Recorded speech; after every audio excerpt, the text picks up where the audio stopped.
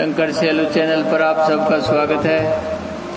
आज 27 सितंबर 2020 को daughters day है। इससे संबंधित मेरी एक छोटी सी कविता है जो आपके सामने प्रस्तुत है। बेटी के बारे में किसी शायर ने कहा है कि कंगना और रोलियों का श्रृंगार नहीं होता, भाई दूज और रक्षाबंधन का त्योहार नहीं होता।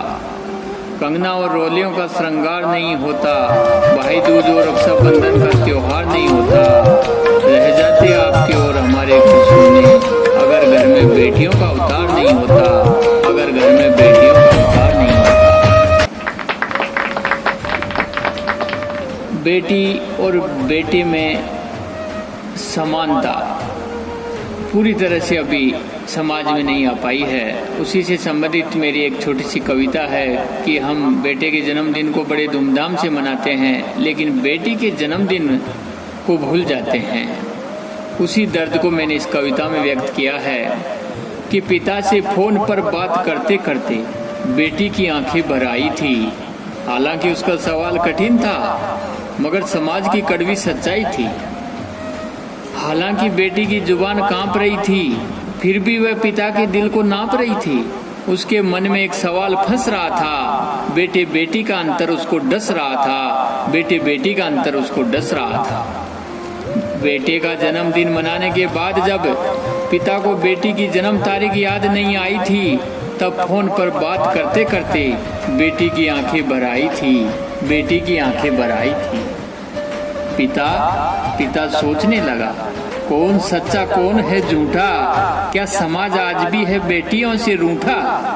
क्यों बेटे के जन्मदिन पर दिल बड़ा करते हैं और क्यों बेटी के जन्मदिन पर हाथ खड़ा करते हैं। बेटी के सवालों से घबराकर पिता की आंखें शर्म से भर आई थी। हालांकि सवाल में तीखापन था, मगर समाज की कड़वी सच्चाई थी, मगर समाज की कड़वी सच्चाई थी। पिता के ज्ञान पर सवाल खड़ा हो गया था, बेटी का सवाल पहाड़ से बड़ा हो गया था। दीवारों पर लिखते हैं बेटा बेटी एक समान, मगर टूटते हैं हमेशा बेटी के ही अरमान। जब जब पिता को तेज धूप ने घेरा था, तब बेटी ही बादल बनकर छाई थी। हालांकि सवाल में तीखापन था, मगर समाज की कड़वी सच्चाई थी। पिता से फोन पर बात करते करते बेटी की आंखें भर आई थी, बेटी की आंखें भर आई थी। क्योंकि बेटी का सवाल यही था कि बेटे के जन्मदिन को आपने बड़े धूमधाम से मनाया। मैं नहीं कहती हूँ कि आप मेरे जन्मदिन को धूमधाम से मनाओ, लेकिन मुझे शुभकामनाएं तो आप दे सकते हो। तो आप बेटे के जन्मदिन को याद रखते हो और मेरे जन्मदिन को आप भूल गए। इसी बात के दुख से बेटी की आंखें भर आई थी।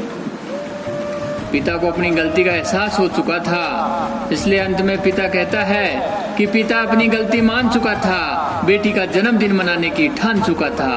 बेटी की जुबां पर खुशी छा गई थी, जैसे होली दिवाली एक साथ ही आ गई थी। पिता ने बेटी से माफी मांगते हुए उसका हर वर्ष जन्मदिन मनाने की कसम खाई थी। पिता का वादा सुनकर ऐसा लगा कि बेटी ने आज सारे जहां की खुशी पाई थी, कि बेटी ने आज सारे जहां की खुशी पाई थी। धन्यवाद। अगर कविता अच्छी लगे तो लाइक करें, सब्सक्राइब करें।